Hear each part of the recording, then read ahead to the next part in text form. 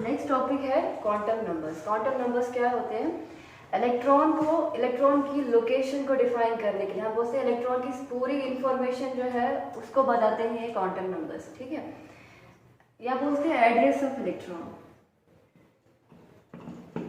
ऐसे नंबर्स जो इलेक्ट्रॉन के बारे में पूरी इंफॉर्मेशन देते हैं कि एटम में इलेक्ट्रॉन जो है वो कहाँ पे प्रेजेंट होता है, उनको हम क्या कहते हैं? क्वांटम नंबर्स कहते हैं। So there is a set of 4 numbers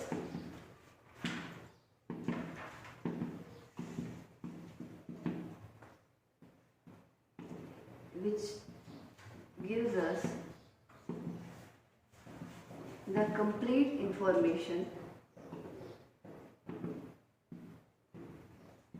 about the electrons, that is its position, momentum, energy, etc. ठीक है, जो पूरी की पूरी इंफॉर्मेशन जो है कंप्लीट इंफॉर्मेशन देते हैं इलेक्ट्रॉन्स के रिलेटेड, उनको हम क्या कहते हैं? क्वांटम नंबर्स कहते हैं। 4 तरीके के क्वांटम नंबर्स होते हैं। सबसे पहला होता है प्रिंसिपल क्वांटम नंबर।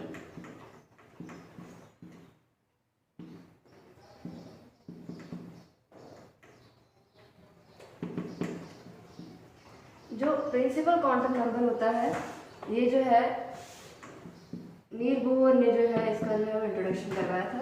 नील बोहर ने जो है जो बोहर का मॉडल है उसमें उससे जो है वो शेल के बारे में जो है वो कंसेप्ट दिया था और उसी शेल से जो है वो क्या आया था? प्रिंसिपल क्वांटम नंबर आया था। बट बेसिकली क्या है कि जब आपके पास क्वांटम मैकेनिक्स आई उसमें क्या था? श्रोडिंगर वेव इक्वेशन था। श्रोडिंगर वेव इक्वेशन के रिजल्ट से जो है वो 3 क्वांटम नंबर जो है वो इंट्रोड्यूस हुए थे। पहला quantum number that is principal quantum number, second is azimuthal quantum number and third is magnetic quantum number. ये 3 जो है क्या है? फ्रॉम द रिजल्ट ऑफ हम बोलते हैं श्रोडिंगर वेव इक्वेशन, जिसने इलेक्ट्रॉन को डिफाइन किया था एज अ वेव और उसके लिए एक वेव इक्वेशन भी दी थी, बट वो आपके सिलेबस में नहीं है। तो ये जो आपका प्रिंसिपल क्वांटम नंबर होता है ये क्या रिप्रेजेंट करता है? हम बोल सकते हैं कि ये शेल्स को जो है वो रिप्रेजेंट करता है।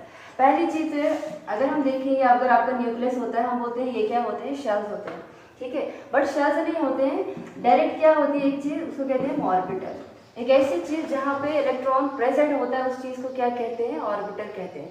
द 3 डायमेंशनल स्पेस अराउंड जो एटम होता है वो 2 डायमेंशनल तो नहीं होता। अगर हम शेल्स की बात करेंगे तो हम सर्कल की बात करेंगे, सर्कल इज 2 डायमेंशन, ठीक है।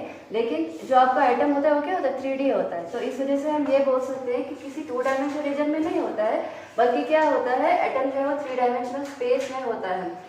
That 3-dimensional space around the nucleus where the probability of finding the electron. अभी probability इसलिए बोला because electron is not a particle, it is a wave. wave कहीं पे भी हो सकती है। हम बोल सकते हैं कि इधर हो सकती है, इधर हो सकती है, इधर हो सकती है, लेकिन हम श्योर नहीं है कि कहाँ पे हो सकती है। तो ऐसा रीजन, the 3-dimensional region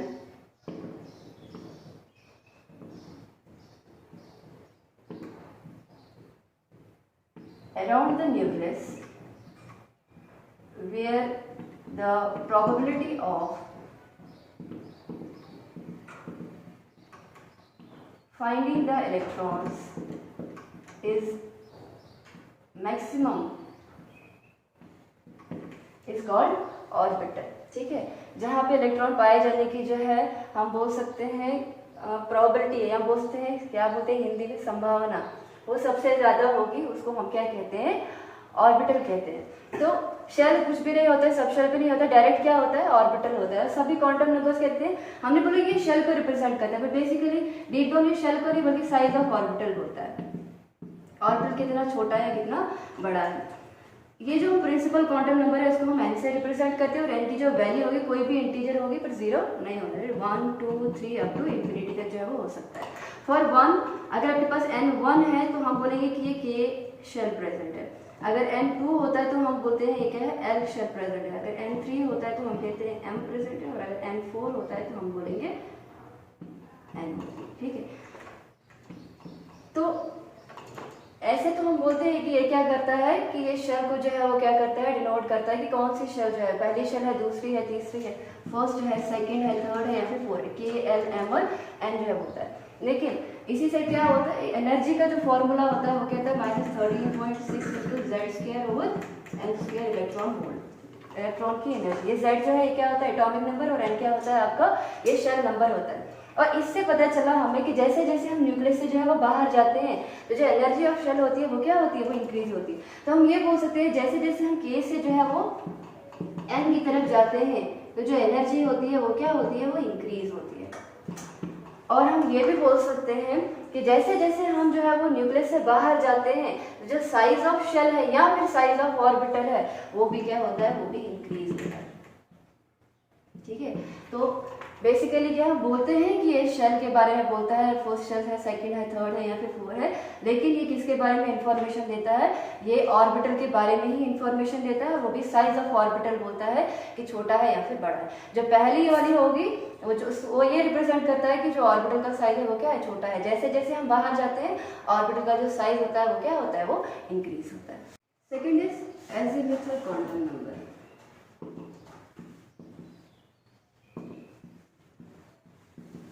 इसको हम एंगुलर क्वांटम नंबर भी कहते हैं या एंगुलर मोमेंटम क्वांटम नंबर।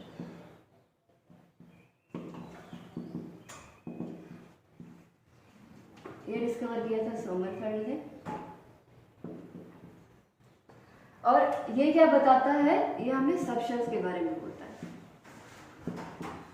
इसको हम एल से रिप्रेजेंट कर सकते हैं। ठीक है, इसकी जो वैल्यू होती है वो क्या होती है, 0 to n-1 होती है। ठीक है, अगर आपके पास सपोज करते हैं, पहले तो मैं इसके ऊपर नहीं आती, अगर L की वैल्यू जो होती है वो 0 होती है तो जो आपकी सबशेल होती है वो होती है S सबशेल। अगर L 1 होता है तो आती है P सबशेल, L अगर 2 होता है तो आती है D सबशेल, और L अगर 3 होता है तो आती है, और अगर L 4 होता है ऐसे ऐसे करके क्या होता है, G भी आता है। तो S की जो शेप होती है वो क्या होती है, उसके बाद P की जो शेप होती है वो क्या होती है, वो डम्बल होती है। अभी मैं शेप के बारे में नहीं बोलूँगी, Px क्या है, Py क्या है, Pz क्या है, आपके साथ अलग से टॉपिक भी है। ये क्या है, P है, इसकी क्या होती है, डम्बल शेप होती है। उसके बाद D की बात अगर करें तो ये भी अलग अलग तरीके के होते हैं, इनकी ओरिएंटेशन दिखाती, सिंपल बोलूँगी कि ये क्या होती है, डम्बल शेप।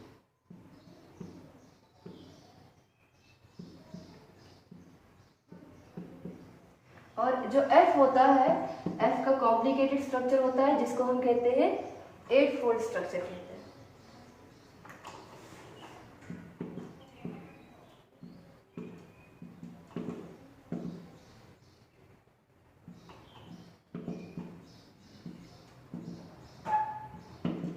ऐसा जैसा ही होता है लेकिन इसमें क्या होती है, आर शेप, डिफ्यूज शेप भी कहते हैं। ठीक है, एस सबशेल जो होता है वो स्फेरिकल होता है, पी जो होता है वो डम्बल होता है, डी जो होता है वो डबल डैमेज होता है, और एफ जो होता है वो क्या होता है, उससे कॉम्प्लिकेटेड 8 फोल्ड स्ट्रक्चर होता है।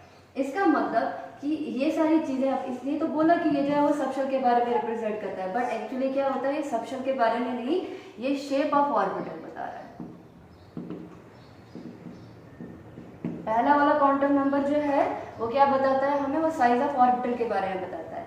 सेकंड जो होता है वो क्या बता रहा है, वो शेप ऑफ ऑर्बिटल बता रहा है। ठीक है, अगर एस वाला होगा तो ये होगा ऐसी शेप, ऐसे वैसे करके क्या होगी, शेप्स की जो है वो मेंशन की है।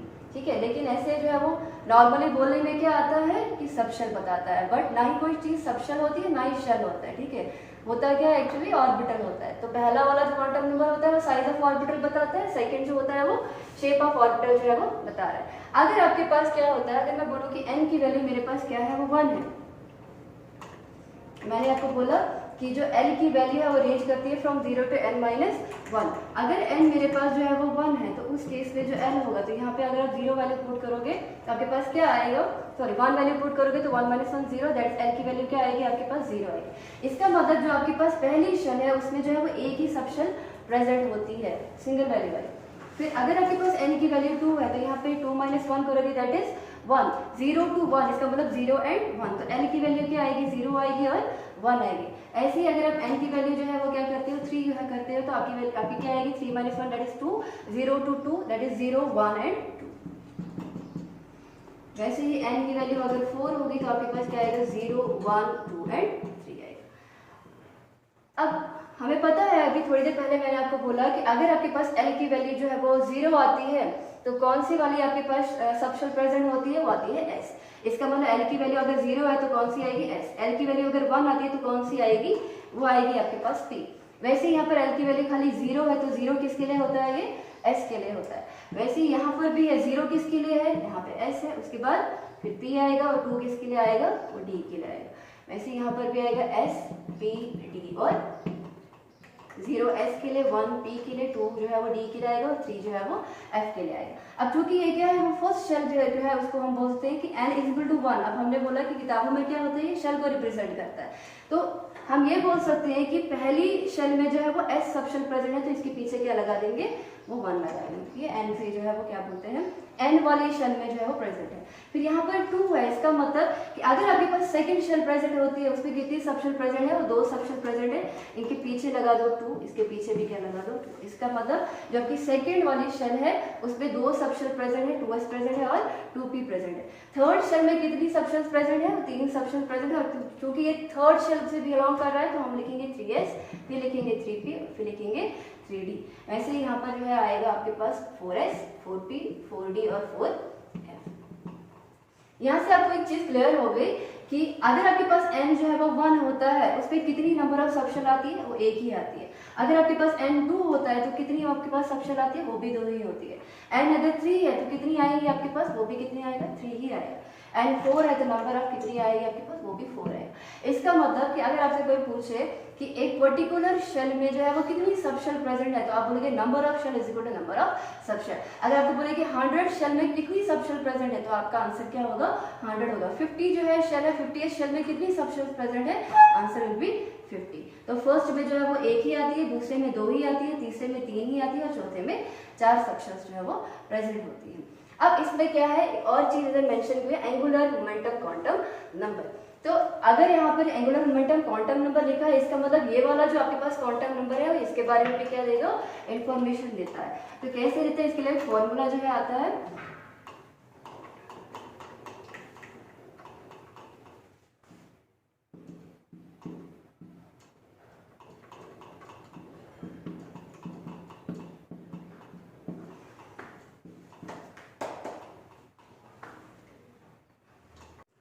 एंगुलर मोमेंटम क्वांटम नंबर का क्या है, √l × l + 1 h/2π। फिर l जो है वो क्या रिप्रेजेंट करता है, ये एजिमुथल क्वांटम नंबर, या फिर हम बोल सकते हैं सब shell.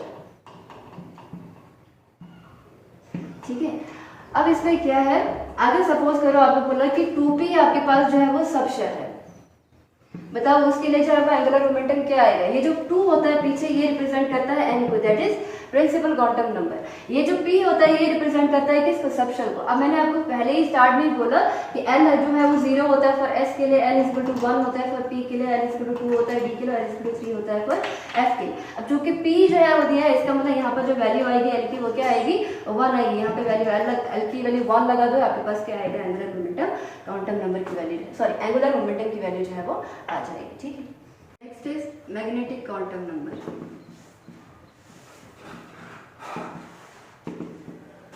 Again it was introduced by Sommerfeld। और ये क्या बताता है आपको, ये ओरिएंटेशन के बारे में बताता है।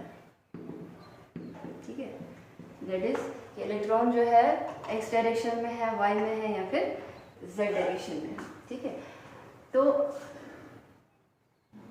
इसकी जो वैल्यू होती है, n की वैल्यू होती है -0 to +l। तो अगर आपके पास l की वैल्यू जो है वो क्या होगी, वो 0 होगी। l की वैल्यू 0 कब होती है, फॉर s सब शेल। तो उसके लिए जो है इधर भी 0 इधर भी 0, इसका मतलब इसके लिए n की वैल्यू भी क्या होगी, वो भी 0 होगी। इसका मतलब जो आपकी s सब शेल होती है उसमें क्या होता है, एक ही ऑर्बिटल। बेसिकली ओरिएंटेशन का मतलब जो है, किताबों में बोलते हैं कि ये जो है वो सिंपल ऑर्बिटल के बारे में बताते हैं, हम ऐसे बोलते हैं ना। ऐसे अगर आपके पास जो है न्यूक्लियस है, सपोज ये आपकी शेल है, सपोज अगर मैं p की बात करती हूँ, तो ये आपका क्या है, सब शेल है, उसमें जो एक चीज है ये क्या होती है, आपकी ऑर्बिटल होती है। ठीक है, तो जो आपके पास, अगर आपके पास l की वैल्यू 0 होती है तो उसमें जो है m की वैल्यू भी क्या है, वो एक ही है। इसका मतलब कि इस वाली सब शेल के लिए में क्या होता है, एक ही ऑर्बिटल जो है वो प्रेजेंट होता है। इसको हम रिप्रेजेंट कर सकते हैं सिंगल जो है एक स्क्वायर से। एल की वैल्यू अगर 1 होती है, 1 किसके लिए होती है, वो पी के लिए होती है, तो उसके लिए जो है वो एम की वैल्यू क्या आएगी, -1 to 0 to +1। इसका मतलब जो एम की वैल्यू होगी वो क्या होगा, -1 से आएगा, 0 भी आएगा और क्या आएगा, +1। अब 3 वैल्यूज है, चूंकि इसका मतलब कि जो आपके पास एस सबशेल होती है उसमें कितनी ऑर्बिटल्स प्रेजेंट होती है, उसमें 3 ऑर्बिटल्स प्रेजेंट होती है, जो मैंने यहाँ पे लिखा है, ठीक है। इसमें एक का नाम होता है px, फिर py एंड देन pz। फिर L की वैल्यू अगर 2 होगी तो यहाँ पर लिखो -2 से 0 to +2, इसका मतलब -2 आएगा यहाँ पे, फिर आएगा आपके पास -1, फिर आएगा 0, फिर आएगा प्लस एंड देन +2, 1 2 3 4 5। इसका मतलब अगर आपके पास D वाली सबशेल होती है तो D सबशेल के लिए जो नंबर ऑफ ऑर्बिटल्स होती है वो कितनी आती है, 5 आती है। वैसे ही अगर आपके पास L होगा 3 तो उस केस में क्या आएगा, एम की वैल्यू आएगी -3 आएगा, -2 आएगा, -1 आएगा, 0 +1 +2 एंड +3। तो कितनी आती है, एल की वैल्यू अगर 3 होती है तो एम की वैल्यू जो है वो कितनी आती है, वो 7 आती है। इसका मतलब जो आपके पास एफ ऑर्बिटल, एफ सबशेल होती है उसमें कितनी ऑर्बिटल्स प्रेजेंट होती है, उसमें होती है 7 ऑर्बिटल्स प्रेजेंट, ठीक है। तो ये जो आपका मैग्नेटिक क्वांटम नंबर है वो क्या बताता है हमें, वो ओरिएंटेशन बताता है कि एक्स एक्सिस में है, वाई एक्सिस में है, जेड एक्सिस में। अगर आप ऑर्बिटल के अंदर जाओगे या फिर हम बोल सकते हैं कि शेप ऑफ ऑर्बिटल अगर आप देखोगे वहाँ पर क्या होता है कि पर्टिकुलर लोब जो होती है वो पर्टिकुलर डायरेक्शन में ओरिएंट होती है। ऐसे भी हमने जो है अलग से टॉपिक पढ़ना है शेप ऑफ ऑर्बिटल, वहाँ पे आपको ज़्यादा आसानी से समझ आ जाएगा कि कैसे जो है ऑर्बिटल जो होता है वो ओरिएंटेशन के बारे में जो है वो बताता है, दैट इलेक्ट्रॉन जो है वो किस डायरेक्शन में जो है वो ओरिएंटेड है, ठीक है। तो सिंपल जो है वो यहाँ से आपको एक चीज, एक आइडिया भी लग गया। अगर आपसे कोई पूछे the number of orbitals in any subshell, उसके लिए फॉर्मूला होता है 2l+1। यहाँ से देखो कि अगर सपोज करो मैं ये ले रही हूँ, ठीक है, मैं बोलूँ कि l जो है अगर 2 होता है तो उसके लिए जो है जो m की वैल्यू है या नंबर ऑफ ऑर्बिटल हो कितनी आ रही है, 5 आ रही है। अब l यहाँ पे 2 लगाओ, 2 × 2 + 1 दैट इज इक्वल टू 5, ठीक है। यहाँ पे भी ऐसे ही लिखोगे 2 1 2 + 1 दैट इज 3, तो इसके लिए क्या आएगा, 3 आएगा। तो सिंपल फार्मूला क्या है, 12+1। So the number of orbital present in any subshell, उसके लिए फार्मूला क्या है आपके पास, 12+1, ठीक है। नेक्स्ट क्वांटम नंबर क्या है, स्पिन क्वांटम नंबर इंट्रोड्यूस किया है सैमुअल गॉड्समिट ने। इसमें क्या है, ये बताता है आपको स्पिन ऑफ इलेक्ट्रॉन्स। शेल है, शेल के अंदर बोला सबशेल है, सपोज मैंने पी ली है, उसके अंदर क्या है, ऑर्बिटल है, लेकिन ऑर्बिटल में भी क्या होता है, इलेक्ट्रॉन स्पिन करते हैं इधर क्लॉकवाइज और एंटी क्लॉकवाइज। तो एस से रिप्रेजेंट करते हैं, इसकी वैल्यू इधर +1/2 होगी, -1/2 होगी, नेसेसरी नहीं है +1/2 एंटी क्लॉकवाइज या क्लॉकवाइज कुछ भी हो सकता है। अब अगर +1/2 को एंटी क्लॉकवाइज दे रहे हो तो माइनस को आपको जो है वो क्लॉकवाइज देना पड़ेगा, ठीक है, कुछ भी हो सकता है। लाइक सिंपल एक वाली को जो है अगर आप एक वैल्यू दे रहे हो तो दूसरी वाली को आपने जो है वो उसकी अपोजिट वैल्यू जो है वो देनी है। अब हमको थोड़ा सा जो है क्या कह रहे, तीनों को जो है वो मिलना है। अगर मैं बोलूँ आपको, मैं खाली एल की वैल्यू जो है वो 2 लेती, सपोज मैंने बोला कि अगर मेरे पास एन की वैल्यू जो है वो क्या होगी, वो 2 होगी, तो उसके लिए जो एल की वैल्यू होगी वो क्या होगी, एल की वैल्यू क्या होती है, 0 to n-1 होती है। इसका मतलब 2 यहाँ पे करोगे, 2 - 1 दैट इज 1, तो एल की वैल्यू क्या आएगी, 0 आएगी और क्या आएगी, वो 1 आएगी, आएगा ना, 0 to 1 आएगा, दैट इज 0 and 1 आएगा, ठीक है। तो इसके लिए जो n की वैल्यू होती है, अब मैंने बोला कि ये होता है +l से लेके 0 से लेके और -l होता है, ठीक है। तो यहाँ पे 0 है तो लगा दो 0, तो आपके पास n की वैल्यू भी क्या आएगी, वो भी 0 आएगी। यहाँ पर अगर लगाओगे तो -1 आएगा, 0 आएगा और तो यहाँ पर क्या आ गई, वो 3 वैल्यूज आ गई। तो ये जो आपके पास n की वैल्यू 0 आती है, ये किसको रिप्रेजेंट करता है, s को रिप्रेजेंट करता है, चूंकि 2 है हम बोलेंगे 2s ऑर्बिटल। वैसे ही यहाँ पर ये भी है, ये क्या आ गई, 3 वैल्यूज आ गई, ये क्या रिप्रेजेंट करती है, ऑर्बिटल्स को रिप्रेजेंट करती है। जब l की वैल्यू 1 होती है तो क्या होती है आपके पास, p होता है। तो चूंकि 2 के लिए तो हम लिखेंगे 2p, और 2p में कितनी ऑर्बिटल प्रेजेंट होती है, वो 3 ऑर्बिटल जो है वो प्रेजेंट होती है। सिमिलर वे में अगर हम n की वैल्यू जो है वो क्या लेंगे, वो 3 लेंगे, तो यहाँ पे लिखोगे 0, l की वैल्यू 0 भी आएगा, 1 भी आएगा और 2 भी आएगा। तो इसके लिए m की वैल्यू क्या आएगी, सिंपल 0, इसके लिए क्या आएगा, -1 आएगा, 0 आएगा और +1, और इसके लिए क्या आएगा आपके पास, -2 आएगा, -1 आएगा, 0 आएगा, +1 आएगा और +2। ये आपके पास कौन सी आएगी, आपके पास 3s आएगी, क्योंकि l की वैल्यू जब 0 होती है दैट इज s। तो 3 जो है l की वैल्यू जब 1 होती है तो p से रिप्रेजेंट होता है, तो चूंकि जो है हमारे पास थर्ड शेल से बिलोंग कर रहे हैं तो हम लिखेंगे 3p, और यहाँ पर क्या लिखेंगे हम, ये d को रिप्रेजेंट करता है, हम लिखेंगे ये 3d है। मतलब कि 3s में जो है वो एक ही ऑर्बिटल प्रेजेंट है, 3p में जो है वो 3 ऑर्बिटल्स प्रेजेंट है, और 3d में जो है वो 5 ऑर्बिटल जो है वो प्रेजेंट होती है। अब देखो यहाँ पर क्या है, अगर आपसे कोई पूछे कि कितनी नंबर ऑफ सबशेल्स प्रेजेंट है एक पर्टिकुलर शेल में, जब n 3 है तो आपके पास सबशेल्स भी कितनी आ रही है, वो 3 ही आ रही है। सेकेंड, एक पर्टिकुलर सबशेल में कितनी ऑर्बिटल्स प्रेजेंट होती है, उसके लिए फॉर्मूला मैंने क्या बोला, 2l+1 बोला। मैंने यहाँ पर अगर मैं लिखूँ 2l+1 इसके लिए, अगर l 2 है तो उसके लिए क्या आएगा आपके पास, 12+1 करके 5 आएगा। इसका मतलब इसके लिए अगर l की वैल्यू 2 होती है तो आपके पास जो है वो ऑर्बिटल्स कितनी आएंगी, वो 5 आएगी। अगर आपसे कोई पूछे कि एक पर्टिकुलर शेल में जो है वो कितनी ऑर्बिटल्स जो है वो प्रेजेंट है, n = 3 के लिए जो है ये सभी ऑर्बिटल्स जो है वो बिलोंग कर रही है, ठीक है, क्योंकि ये सारी जो है ये इसी शेल से जो है वो बिलोंग कर रही है। मैंने 3s लिखा, 3p लिखा, 3d लिखा, किसको बिलोंग कर रही है, ये 3 को बिलोंग कर रही है, एक शेल को जो है वो बिलोंग कर रही है। यहाँ पे कितना आएगा, 1 2 3 4 5 6 7 8 एंड 9। तो हम सिंपल बात 3 का स्क्वायर करेंगे तो 9 आएगा, तो हम लिखेंगे number of orbitals in a shell = n का स्क्वायर। सपोज अगर n आपके पास जो है वो 3 होगा तो आपके पास इसमें जो है थर्ड शेल में जो है वो कितनी ऑर्बिटल आएगी, 3 को स्क्वायर करोगे आपके पास कितनी आएंगी, वो 9 आएगी। 1 2 3 4 5 6 7 8 एंड 9। वैसे ही अगर आपके पास क्या होगा, n की वैल्यू जो है अगर 2 होगी, 2 को स्क्वायर करोगे दैट इज 4। तो देखो यहाँ से 1 2 3 एंड 4 ऑर्बिटल जो है वो सेकंड शेल में जो है वो बिलोंग करेंगे। अब एक ऑर्बिटल में जो है वो मैक्सिमम 2 इलेक्ट्रॉन आ सकते हो, तो यहाँ से हम ये भी बोल सकते हैं the number of electrons in a particular shell is equal to 2n का स्क्वायर। जितने नंबर ऑफ ऑर्बिटल्स हैं उनका डबल आ जाएगा। सपोज अगर मैंने यहाँ पर लिखा कि एक स्क्वायर है और यहाँ पर 3 है, इसका मतलब ये 3 है, इसमें 2 इलेक्ट्रॉन आएंगे, इसमें कितने आएंगे, 6 इलेक्ट्रॉन आएगा, 6 और 2 जो है कितना आएगा, 8 आएगा। यहाँ पर जो है मैंने बोला कि जब मेरे पास n की वैल्यू जो है वो 2 होती है तो आपके पास नंबर ऑफ ऑर्बिटल्स कितनी आ रही है, वो n का स्क्वायर आ रही है, दैट इज 4 आ रही है, लेकिन उसी में जो है उनका डबल होगा नंबर ऑफ इलेक्ट्रॉन, तो हमने क्या लिखा, 2n स्क्वायर। तो हमने यहाँ पर कितने देखे, हमने यहाँ कुछ फॉर्मूलाज देखे। एक शेल में कितने ऑर्बिटल्स प्रेजेंट होते हैं उसका फॉर्मूला होता है n स्क्वायर। एक शेल में कितने नंबर ऑफ इलेक्ट्रॉन होते हैं उसका फॉर्मूला होता है 2n स्क्वायर। एक पर्टिकुलर शेल में कितने सबशेल होते हैं वो इक्वल टू ही होता है, जितना नंबर ऑफ शेल होगा उतने ही नंबर ऑफ सबशेल भी होंगे। एक पर्टिकुलर सबशेल में कितनी नंबर ऑफ ऑर्बिटल होगी वो रिप्रेजेंट करेगा 12+1 से। So it's all about quantum numbers.